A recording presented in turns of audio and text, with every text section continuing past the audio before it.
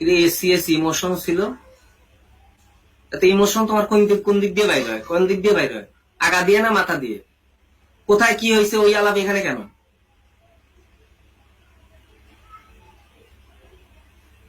সমস্যা কি? এত ইমোশন তাহলে ইসে আসতো কেন?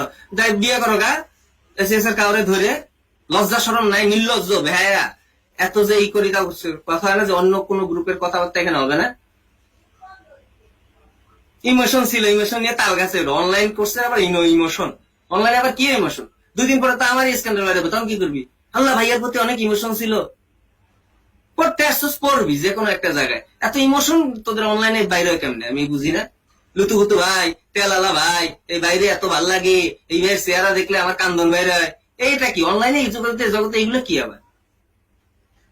পড়তে আসছিস, কোর্সে ঢুকছিস, পরে চলে যাবি, তোর আবার এত ভালোবাসা করতে উদয় হয়?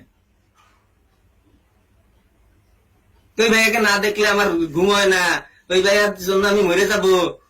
অনলাইন জগতের ভালোবাসা, বদমাইশ কত, বাস্তবতা সেখানে কিছু নাই।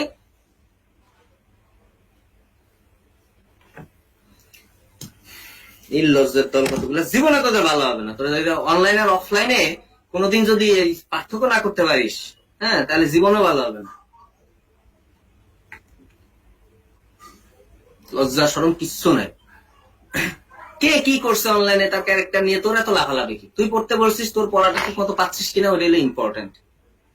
এইটুকু বাদ দিয়ে তোমার এত এত ডোপামিন অক্সিটোসিন রিলিজ হয় কেমনে? লজ্জা শরম নাই, নির্লজ্জ বেহায়া। তোদের স্টুডেন্টের জন্য তো টিচারের সম্পর্ক খারাপ। তো স্টুডেন্টের সবচেয়ে বড় খারাপ জিনিস। তোরা মানুষ হবি না, তোরা জানোয়ার। জানোয়ার প্রজাতি জীবনে কোনদিন ভালো হয় না। এত বলি যে অনলাইনের সাথে অফলাইন কখনো মিলাবি না। পড়তে যাবি এক জায়গায়, সে ভালো পড়াচ্ছে কিনা দেখে চলে আসবি।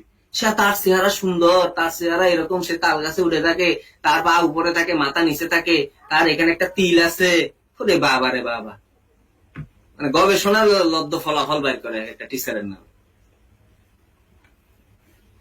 বলদ কতগুলা, বলদই দেখে যাবি তোর আজীবন। আচ্ছা দেখো, স্টোমাটা বা পত্রান্তের প্রকারভেদ পড়লাম।